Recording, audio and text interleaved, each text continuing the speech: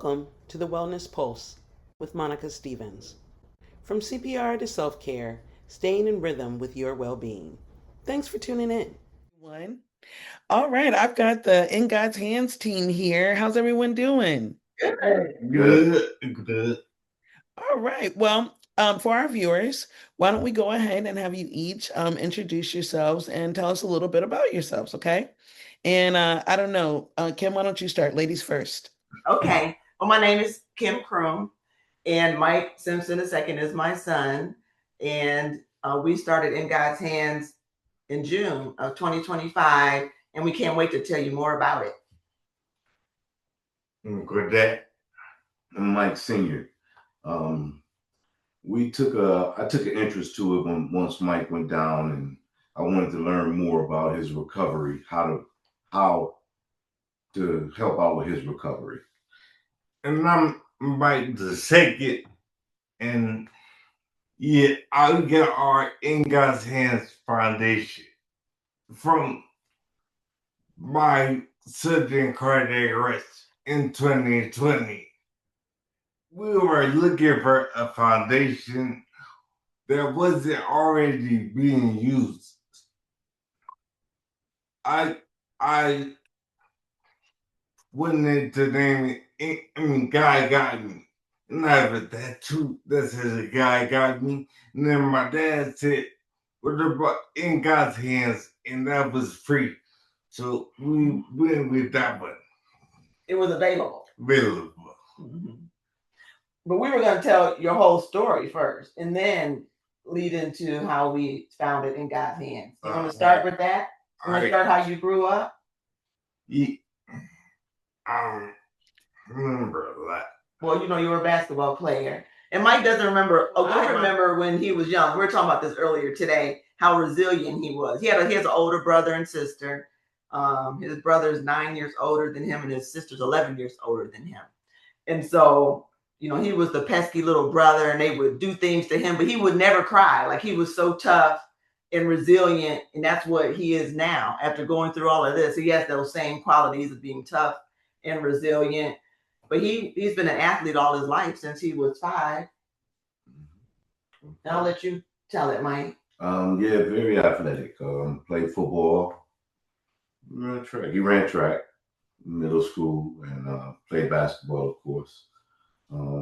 Very athletic, always running around the neighborhood, playing with other kids, basketball in the yard. You know, I would take him down and in the inner city and let him play basketball and football just so he could get a feel for competition, you know. And yeah, he was very athletic, very, very strong-willed when it came to athletics. And he actually went to high school at the same high school LeBron James went to, St. Vincent St. Mary's High School in Akron. He went there for 9th, 10th, 11th grade, and he played basketball for the Fighting Irish. Then I transferred back to the school I grew up going to Twinsburg. Yeah. And tell about your senior year. You said you really enjoyed it. My senior year, I remember because that was my favorite year by far. Because of playing basketball, and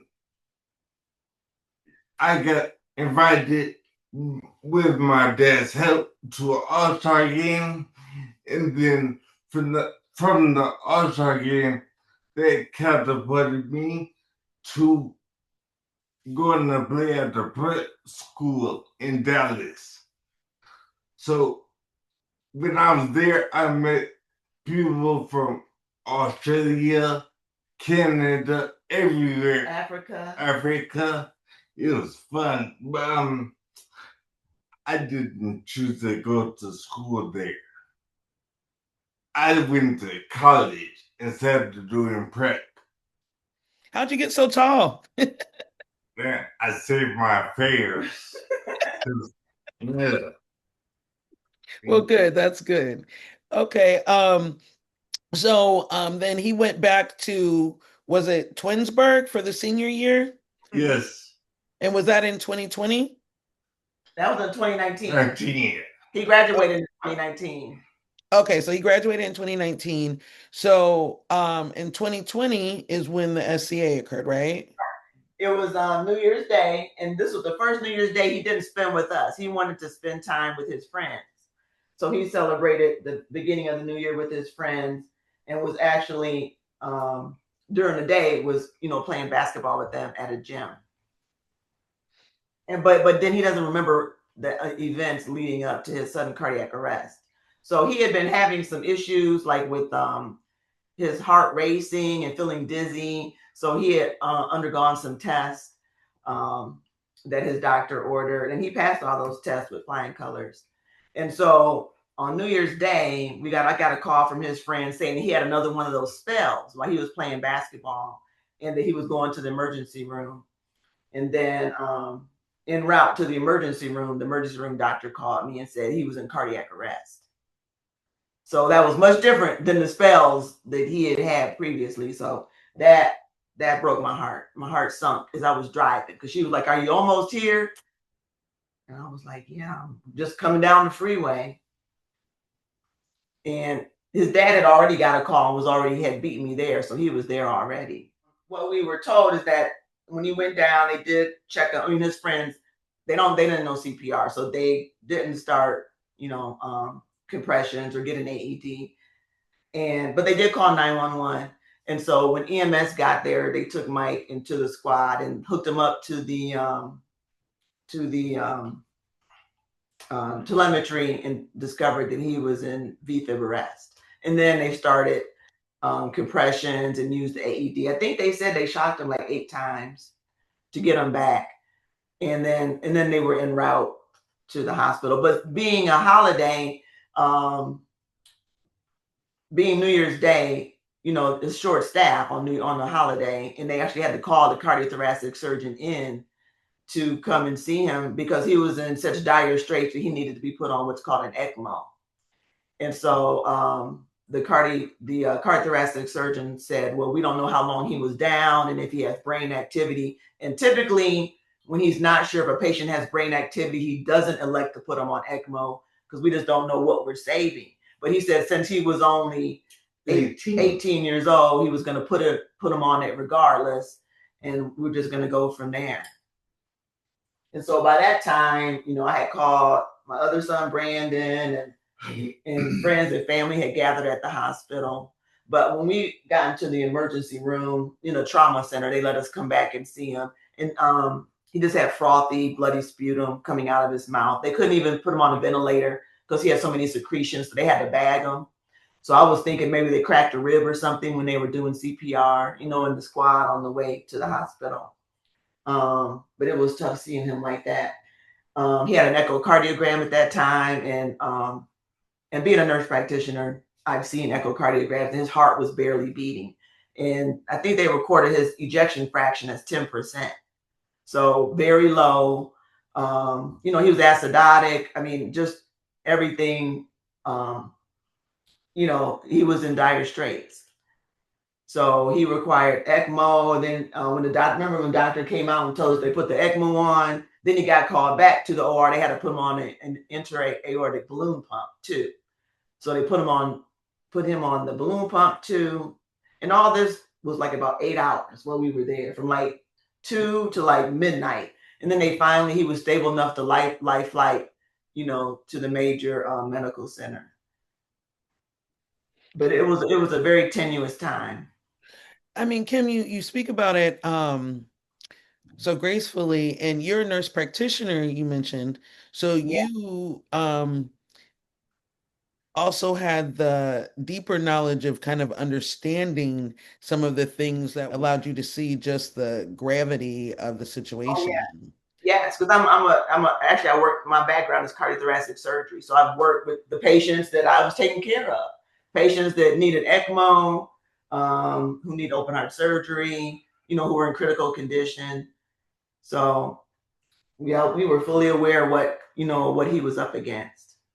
And so you said that Mike had been having some symptoms, having those dizzy spells, but that his tests came back, they didn't diagnose him with like HCM or any cardiac thing. And obviously, now, you know what I mean, just kind of throwing it out there, with you being so versed in the skill, you obviously knew what he needed, what to look for, Yeah. and all of those things more than probably most, I would think. Did find out they had 2 AEDs there, but that's why we're such proponents of teaching people how to recognize the signs of cardiac arrest. Because when it happens, I mean, he's playing and then he's down, and they're like, "What's wrong? You know, what's wrong with them?" And no one knows what to do. And if you do, a lot of times people just freeze because it's just they're caught off guard. And we really want to teach people how to react. How to recognize the symptoms, make sure check the patient, call 911, get an AED, start CPR. We wish that would have transpired. No, I'm not. I'm not in the medical field.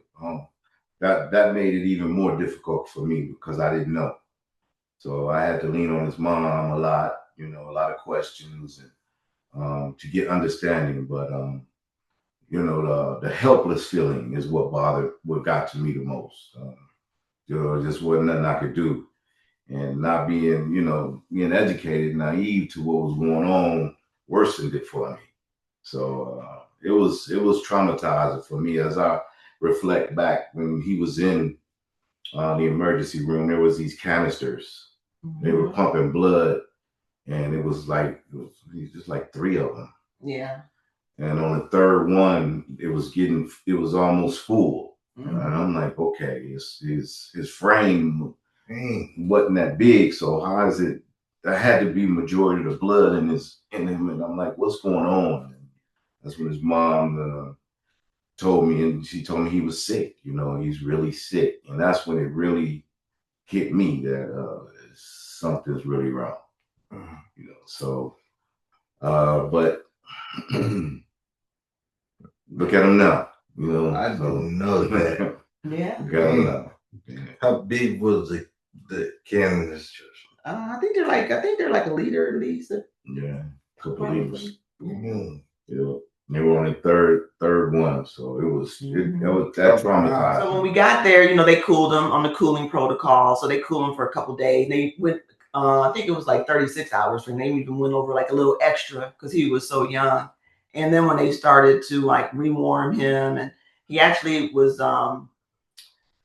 came off the ECMO, came off the balloon pump. He underwent a heart catheterization. And he was actually found to have an anomalous coronary artery. So that was the cause of his cardiac arrest.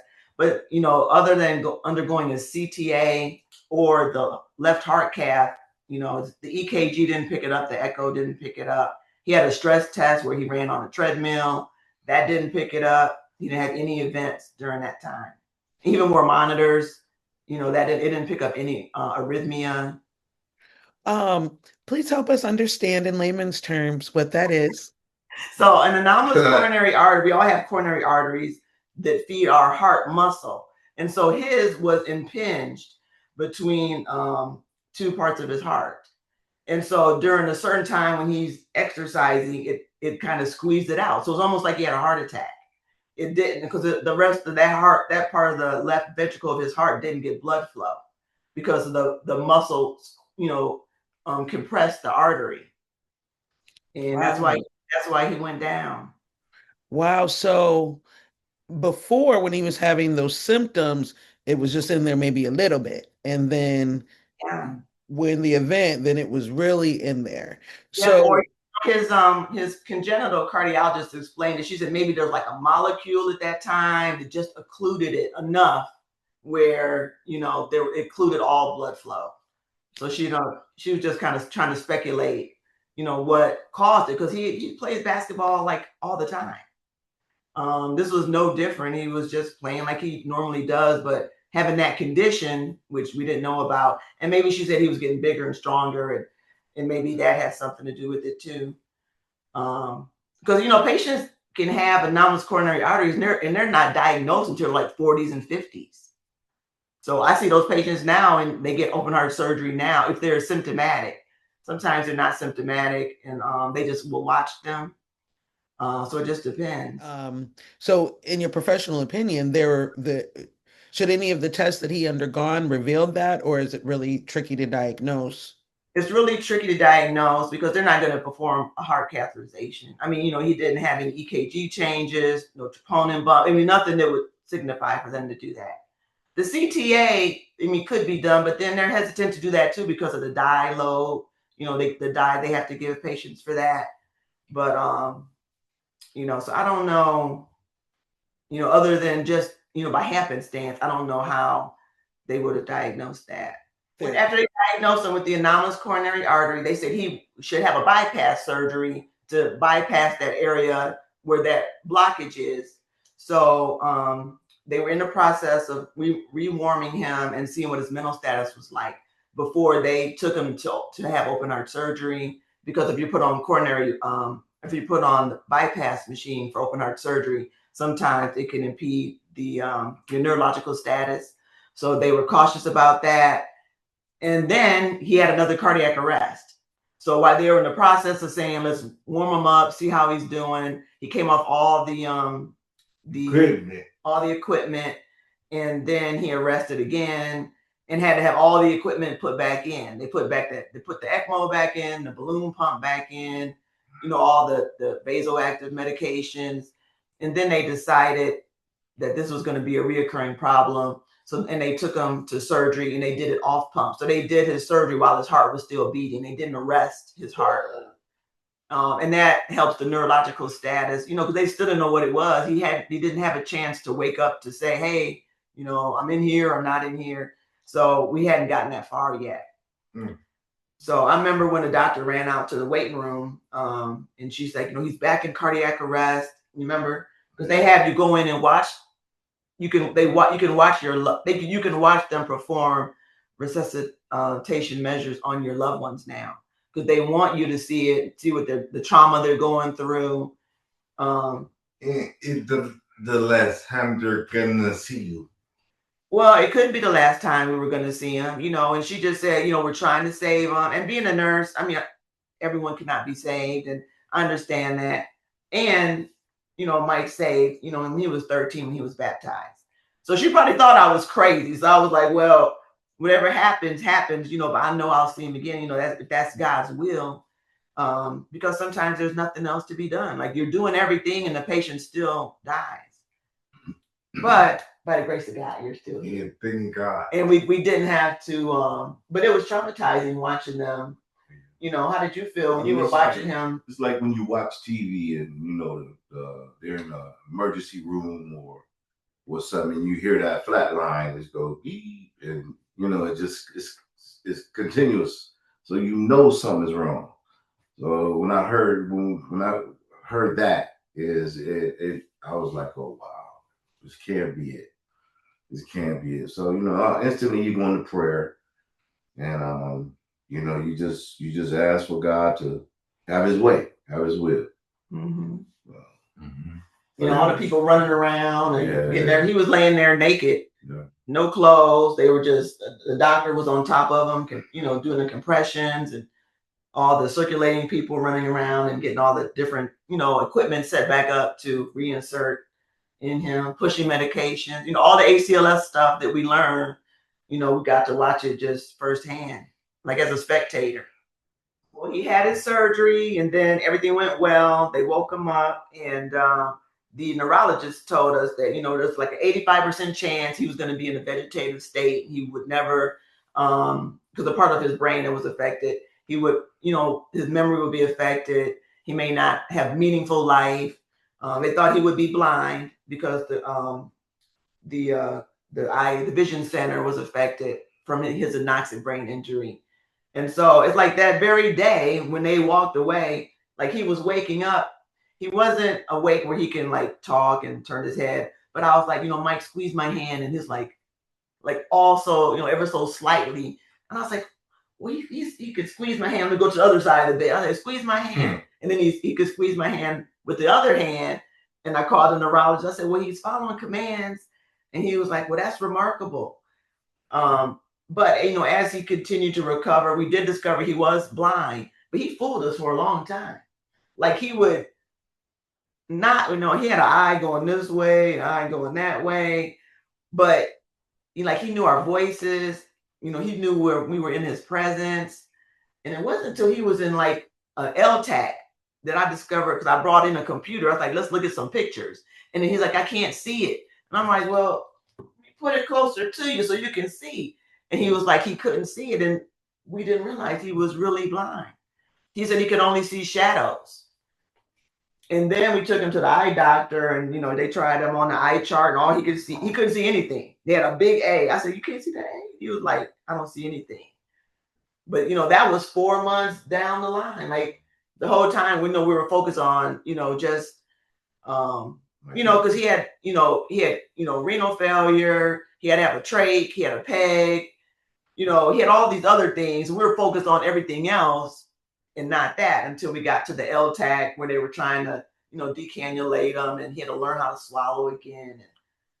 He had lost like 60 pounds, even though he was an athlete in tip top shape. You decompensate so quickly. He couldn't stand. They're probably better because it was coronavirus. And COVID too. Me and Dad were in there quarantine. Quarantined in the room together.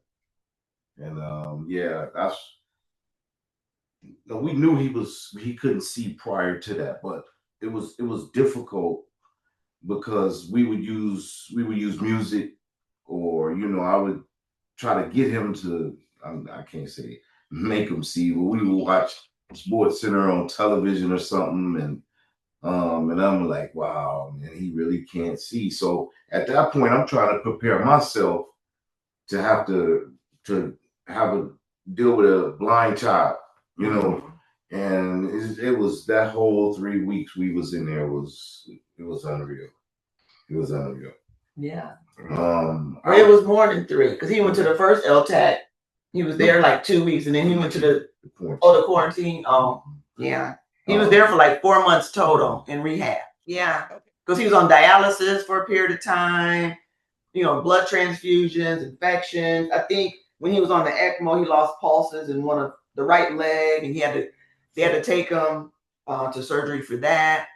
I mean, just one complication after another. Like an LTAC. He was only there like a couple weeks though, just to decannulate him, and then he went to acute rehab. So he qualified because he's always been such a great patient. Always willing to work. Never too tired, never saying no to anything. They were like, Mike, you ready to work? He was always ready, even when he couldn't see. Remember he was walking around, he was blind, he couldn't see where he was, he couldn't see his nurses or his therapists. But he was like such an inspiration. And the little therapist was like, how tall is she? Like 5 feet, 5'2". Oh, she was little but mighty.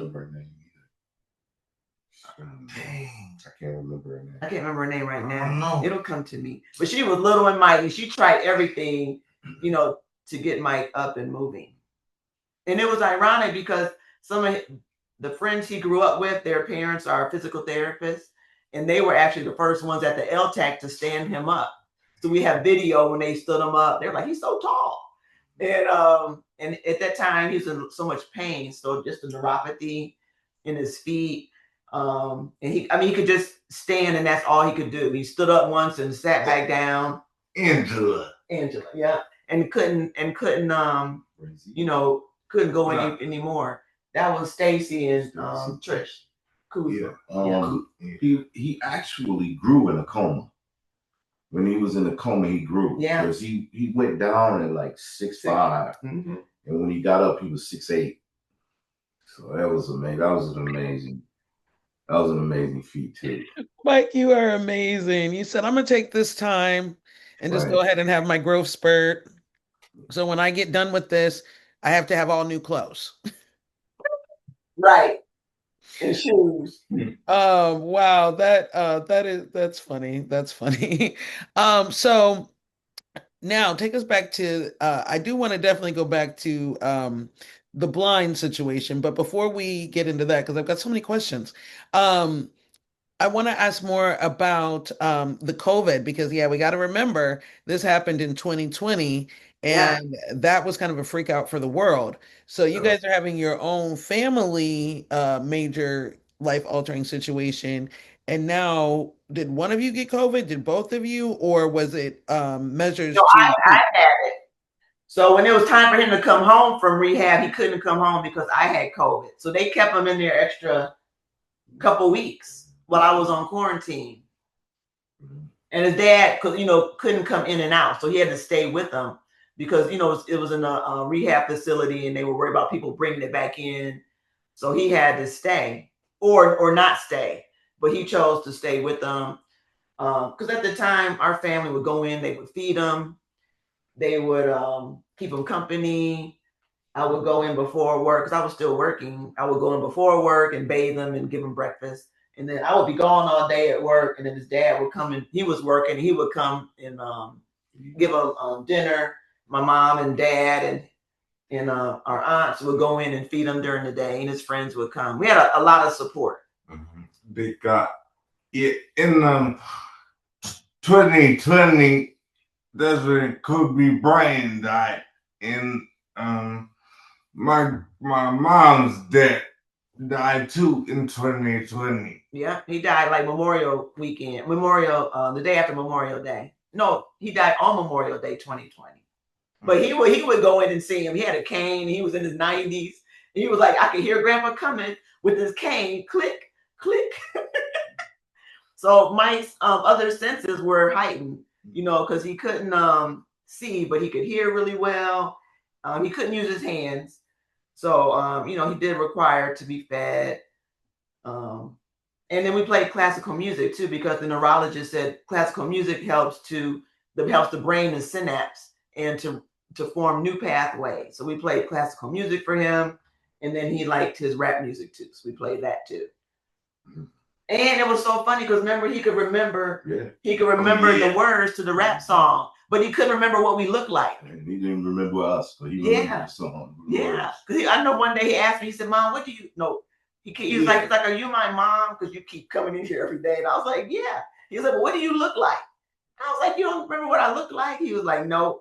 So I just described myself. And he's like, what does Dad look like? And he's like, what do I look like? He couldn't even remember what he looked like himself. It was a time during the COVID when we were quarantined. So I had to literally watch him shake at times, and then they had to create a whole nother series of meds. He would smile and his face froze. All this took place when we were in quarantine, and it was I would try my best not to let him hear me or see me cry, because they say I'm a crybaby.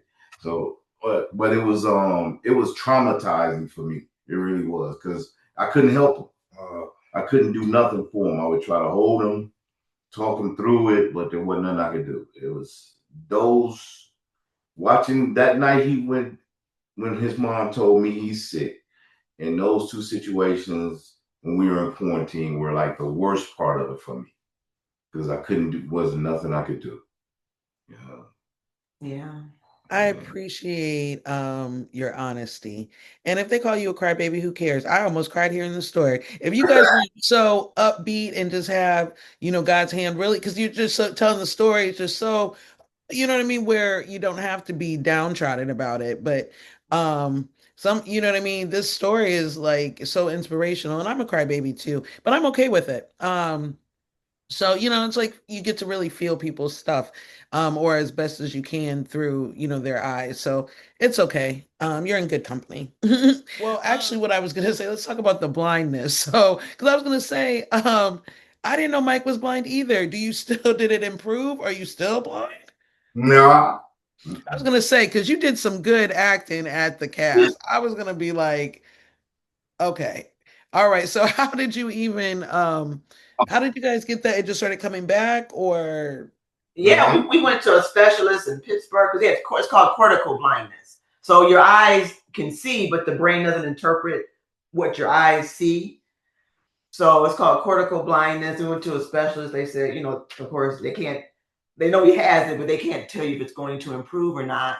And it's from his anoxic brain injury. But again, by the grace of God, it came back slowly. Like we were feeding him one. Braille. Oh yeah. We went to we referred to the sight center for the blind because he couldn't see. And we were there she said in order to read Braille, you need two hands, and the right hand is where he has the neuropathy, so he can't feel the letters. So even though he's blind, he couldn't even read Braille because you need two hands to read Braille. You can't just use one hand. And I was like, well, I guess I just have to read everything to you and just explain stuff to you since you can't read it yourself. But they had so much technology you could use with your cell phone. You know, the seeing eye, you can see how to cross the street. You can like hold it up to labels and it can read the labels, you know, for different things that you want to cook. I mean, they have a lot of technology.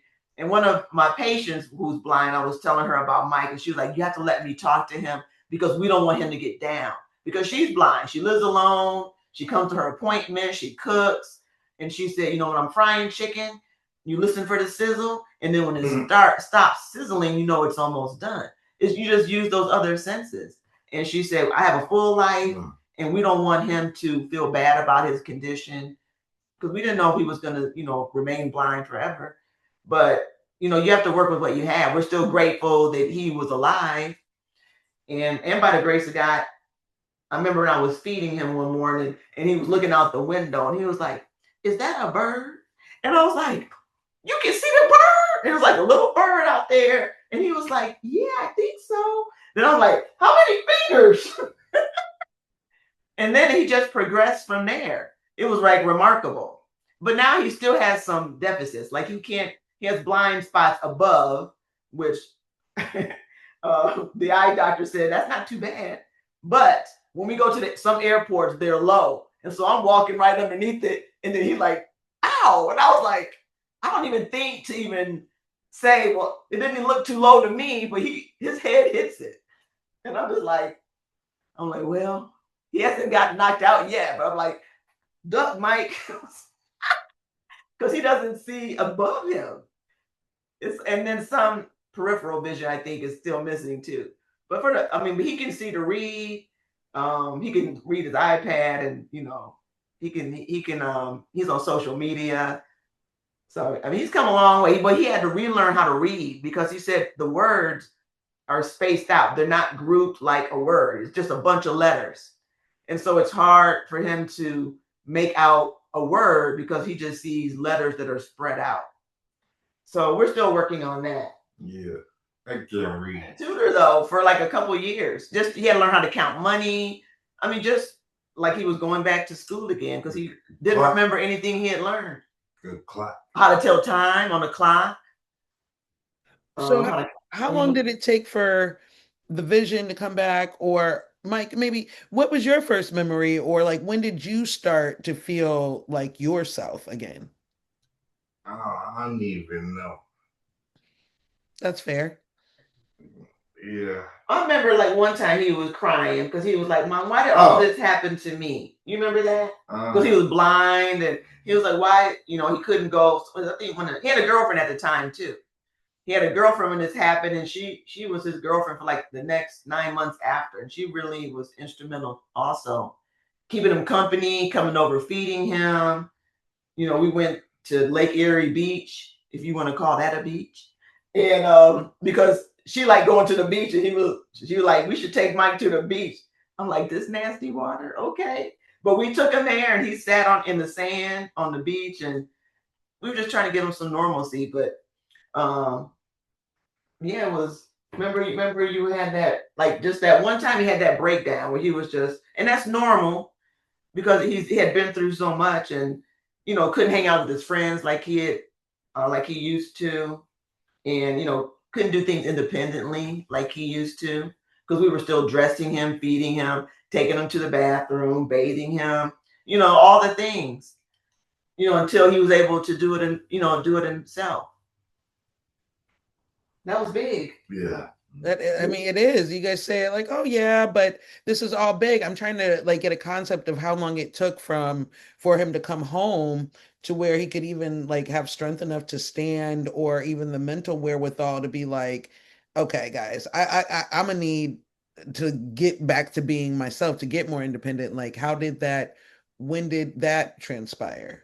It was a process. So he came home on on Good Friday 2020, and his dad, you know, he couldn't walk independently because he was off balance, so he was leaning to the side, so his dad would hold him up straight and he could take little steps and walk in. And then, you know, at home, his dad, you know, stayed over and he helped him with his therapy, helped him with his walker. And one of the challenges of being 6'8" is that all the walkers are too short, so he's always like hunched over. So actually, someone recommended like a bariatric walker because they're taller. So we got one of those, and his therapist gave us exercises to do. His dad would do those with him. It's just like a progression over the last 6 years to get to this point. But it wasn't fast. It was very slow. It was time. It was rough. It was tough. But to just watch him progress, and you know, his attitude helped a lot too. Yeah. You know, like he wasn't down on himself and fighting it. So he was cooperative, and you know, and then you want to do things for your kids. Mm-hmm. You know, you want to see them, especially when they're receptive. It was just normal. You get up, go to work, go to school, you know, text during the day, or get prepared for maybe a game or something, or event that he had. And, you know, of course, you know, the motivation, and hey, leave it all on the court, man. Have a great, you know, whatever. Have a great day. And you know, come home, he text me, I'm home. Mom come home, you know, just normal days, you know. Yeah. But once the accident happened, of course it changed, because Kim would be there in the morning. I would stop during in you know, in the middle of the day, and then I'm there in the evening. So it was all about Mike. You know, we had to put our lives on hold just to make sure he was okay. Yeah. And it wasn't a problem doing it. Yeah. And he had aspirations. He wanted to play in the league. That was his goal. So yeah, we talked. The league is the NBA, right? Yeah, but The NBA. yes. And so that's what we were preparing for, like, you know, getting all the college prep classes and going, you know, talking about, you know, one day when he would play in the NBA, and, you know, all those kind of aspirations, you know, talk about going to prom, his friends, you know, working, because he had a couple of jobs before all of this, getting his driver's license, you know, all those milestones that we look forward to, graduation. Mm-hmm. So I told him, I explained it to him like this. I said, well, you know, you had this all your life. So at any point in time, this could have happened. But, you know, God allowed you to get to 18. You have like really good friends that he grew up with. He got to drive. He got to go to prom. He got to graduate. You know, all these awesome things he got to experience. And some people don't get to be that age. You know, things happen earlier where they don't have that full life. So we're appreciative of everything that God has given us, and even through this trial and tribulation too. I mean, we're always appreciative what God has allowed in our lives, because it changed us for the better. And you can see the blessings in it. You can really see how miracles work, because without faith, I don't even know if we would just even be sitting here. Because I mean, it's one thing to say I believe, but until you're faced with this kind of uncertainty, and you're just, you know, we don't know if he's going to see, we don't know if he's going to live. We don't know anything, what's going to happen. But, you know, through everything, you know, I kept my job with insurance, and, you know, we were able to have caregivers to come take care of Mike, you know, when I couldn't be present, or when his dad couldn't be present. It was like our village just came together, and everybody just stepped in to help us and to do things for him.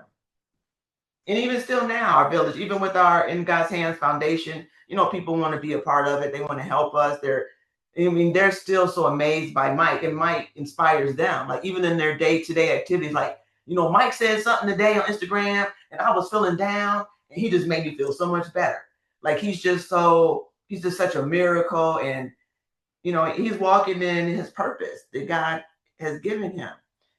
And so in saying that, when he was going through a rough time, you know, recuperating, he was like, well, Mom, because he was young at the time. He was like 19, 20. He was like, I want to go to schools and tell kids my story.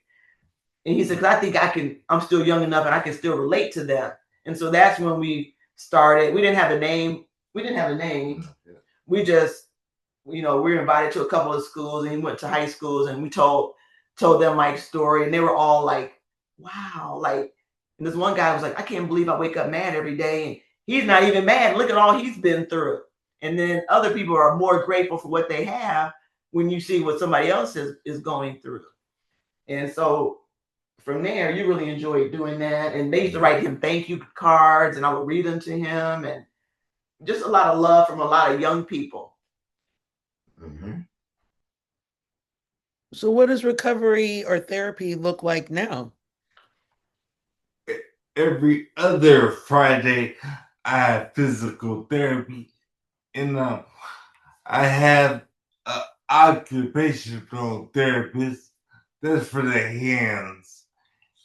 A speech therapist in Toothbird, and I volunteer at the food bank. Every month. Yeah, once a month. And then he belongs to a men's group that have men that have brain injuries. Yeah. And I like that because a lot of people are older. They're like 70 and 80. Oh, I listen to them real good. And there's one guy in there. I don't know what happened to him, but he told me he went through speech therapy, and the way he talks, you can't even tell nothing was ever wrong with him. So that's inspiring, and yeah. Mm-hmm. So Mike has made some great friends along the way. Yeah. Old and young. Old and young.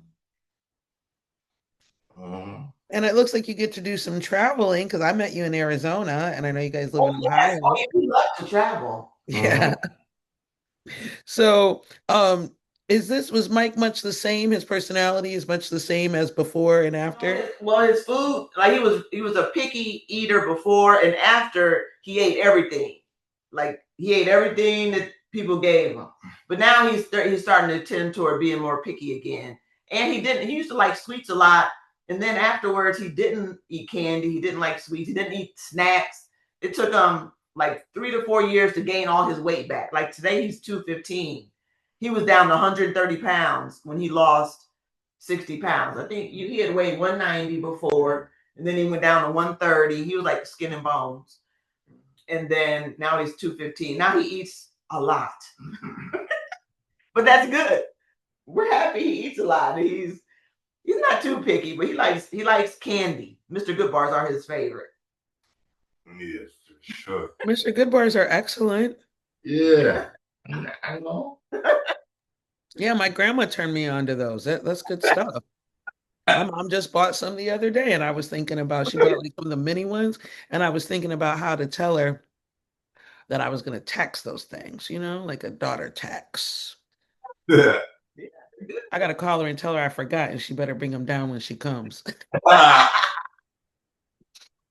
All right. So that's pretty cool. It seems like you worked really hard to get back a lot of the things that you weren't able to do. And I mean, even not having a feeding tube and being able to swallow and have some independence and, make friends and get out and do stuff. And like I said, I met you out at the cast. You were moving and grooving, doing your thing. So, he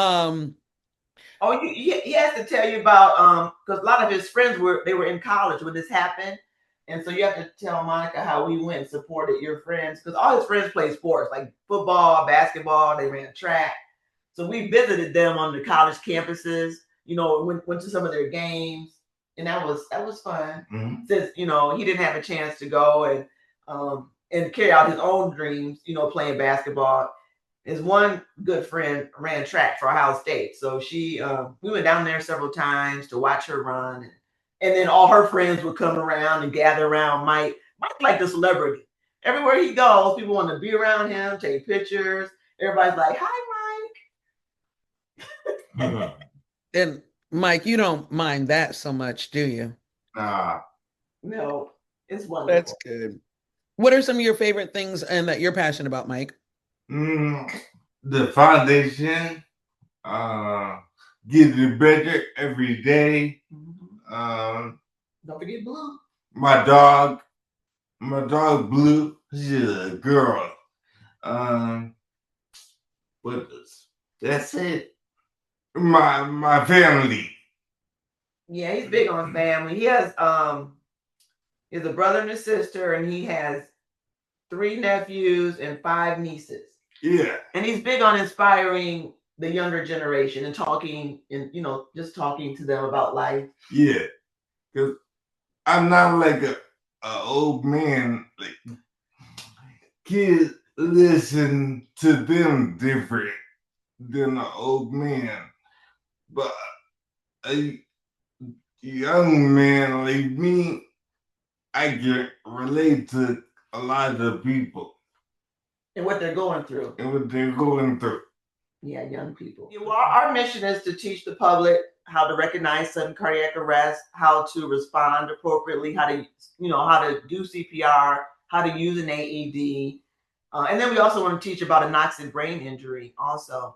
Because a lot of people, like when we go to these conferences, Mike's like, am I the only one that has like this deficit? Like no one else seems to have this. Like everyone else seemed to have, they were resuscitated and now they seem normal. I said, well, Mike, I'm sure they have some trauma that you just don't see or just don't hear. Yeah. I said, but and that's why our name of our foundation is so poignant, because he was literally in God's hands. Like he didn't have CPR, he didn't get an AED. I mean, he's here by the grace of God. Like we're thankful for like EMS and doing what they did, but he's here because God wants him here, and he has a story to tell and a purpose. Yeah, and at my men's group, there's a guy, and he said he wakes up every day with a headache. I couldn't do that. That'd be crazy. Oh, from his head injury? Yeah. Oh. Every day. Well, you had pain for a long time, but now it kind of went away. Yeah. Wow. You'd be amazed at what the human body can kind of adapt to. And some people might say they might not be able to have gone through all that you've gone through. So that's right. You know what I mean? What gaps in awareness or preparedness did this experience reveal to you? People are not prepared. Even people who are supposed to be prepared are not prepared. I've taken BLS, ACLS. I'll be a nurse now for like 35 years and a nurse practitioner for 30. And it still amazes me. People just want to get a card. They don't want to go through the steps. They're just like, oh, this is going to take all day. Can't just get a card and not demonstrate anything. Well, that's the problem. We need people to really learn how to save a life, because when it's your chance to save a life, we want you to know what to do, because people only get one life. And so it's so important. It's so important for us, to teach it, not to let people, not just to pass out cards, but we want people to learn how to do it, how to save a life. And, who knows, the life they're saving could be, a family member, it could be a stranger, an associate, but it's so important to not freeze up. So the more you learn about it, you hear about it, and you understand what to do, the more likely you are to react. So it just becomes like second nature. Because Mike's a corrections officer, and he's had to learn CPR, repeatedly through his career too. And so that's why we're a big proponent, and how to use an AED. And everybody's afraid to use one. And that's what we've learned a lot in teaching the lay public. They think it's for somebody else. They think it's for the doctor, the nurse, EMS. I'm like, it's for you. I mean, it tells you what to do. All you have to do is take it off the wall, turn it on and listen to the prompts. So hopefully in our, teaching and instructing people, we also have an AED they can practice with, that they become, more familiar with how to do CPR. And a lot of people say they didn't realize how hard it is. When you're doing that for 2 minutes, how tiring it is, how hard you have to compress the chest.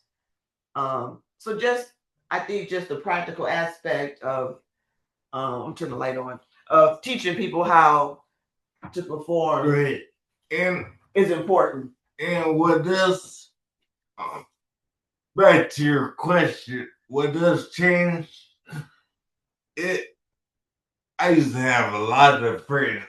I don't have a lot of friends no more. Well, I was going to say, with that being said, what have you guys done? Well, we'll start with you, Mike. What have you done for your mental health? Like, what keeps you so cheerful and able to keep your spirits up? Or when you're down, what Help, motivates you? helping people, that motivates me the most. But who helps you the most? My parents. No. Oh God. He prays every day, all the time. All the time. Yeah. Amen Because to that. I'm blessed to be in this position. Yeah. I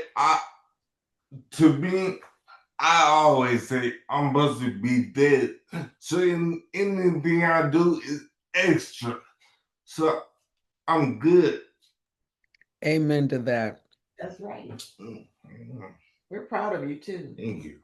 Oh, you gotta tell Monica about your tattoos. I got tattoos too. I have a bunch of them. That was part of his journey.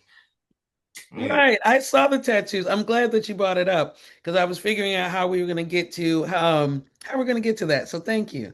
You guys are good at this. So when did you get the tattoos and what are they of, Mike? I don't know when I got. Like in the last 4 years. Last 4 It years. started with one. The one. No, she can't see it. It started with this one. The guy got me. The lion with the crown. So that was the first one. And I guess they say they're addictive. So I guess so, because he got a whole arm sleeve. And then he wanted the basketball and number 5, because he was number 5 in high school. And then he wanted a mountain range. It says, my favorite advantage is disadvantage. And it's like a hill, like climbing a mountain and then going back down. And then he wanted to give tribute to his grandmother, paternal grandmother that passed, and then my dad. So rest in peace, grandma and grandpa. And then he got a crown. Him and his best friend have crowns. She has one too. And then he has our foundation in God's hands. Yeah. Oh, I have heard the tattoos are addicting. So I guess so. You gonna get some more, Mike? No. Okay, you good. All right, one sleeve is enough. Yeah. That is, Yeah. Well, I did counseling. I did counseling because for my mental health and just to be able, and a lot of prayer, just to be able to stand in front of him. Because, I get emotional, just watching him. So, but as far as he's concerned, we've been really blessed that he hasn't didn't have mental health issues. We were the ones that he had. We were able to talk him through. And he didn't want to go because I've asked him, like, does he want to go to counseling? But he was like, no, Mom. And I didn't go either. I didn't go. Someone said we should do like grief counseling, but I haven't done that yet. with Rob, I'm always kind of interested in what people are doing to kind of, maintain yourselves, So that's what made me ask, not like, and I'm glad that you did some therapy, and it's okay if you don't need to do therapy too, but. And I think the organization helps us too. You said what? Each other and we talk. The organization we have, we're around each other and we talk to each other and we meet people and hear other stories. Like when we went to Arizona, it just gives you a more, a better appreciation of just life in general.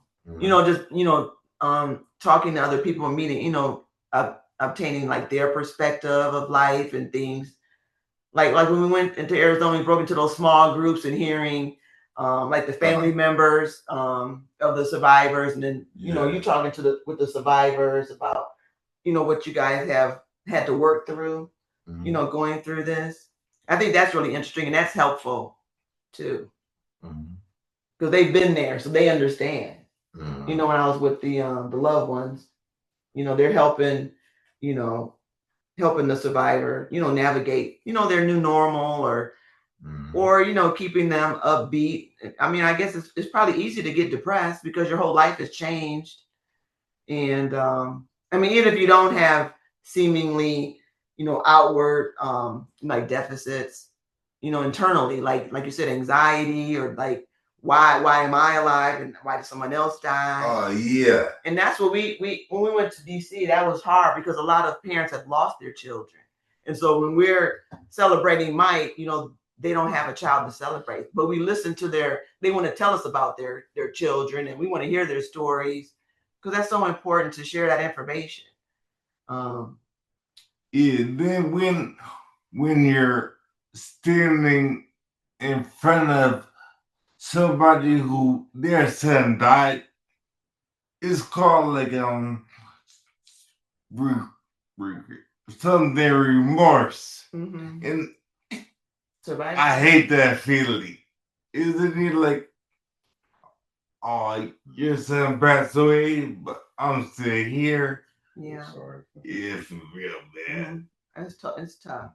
But they were so gracious, in telling us about their children and they even, talking about Mike and just talk about organizations in general. Like some of them have foundations too, because they want to keep their loved one's memory alive. Understandably so. And that's, a kind of a grim reality is that, Mike, I know at one point you may have asked, like, why am I like this? But because some of them aren't making it. No, it's just the way they receive him. Mm-hmm. The way he's received is encouraging, and it's special. It's touchy.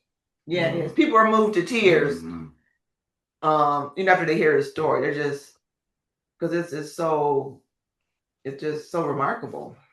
It is, and he's really, having met Mike and you both in person, I was really thrilled to reconnect because you are such a vivacious young man. It is, and I'm glad that we were able to do this interview. Where can people find out more or get in touch with In God's Hands Foundation?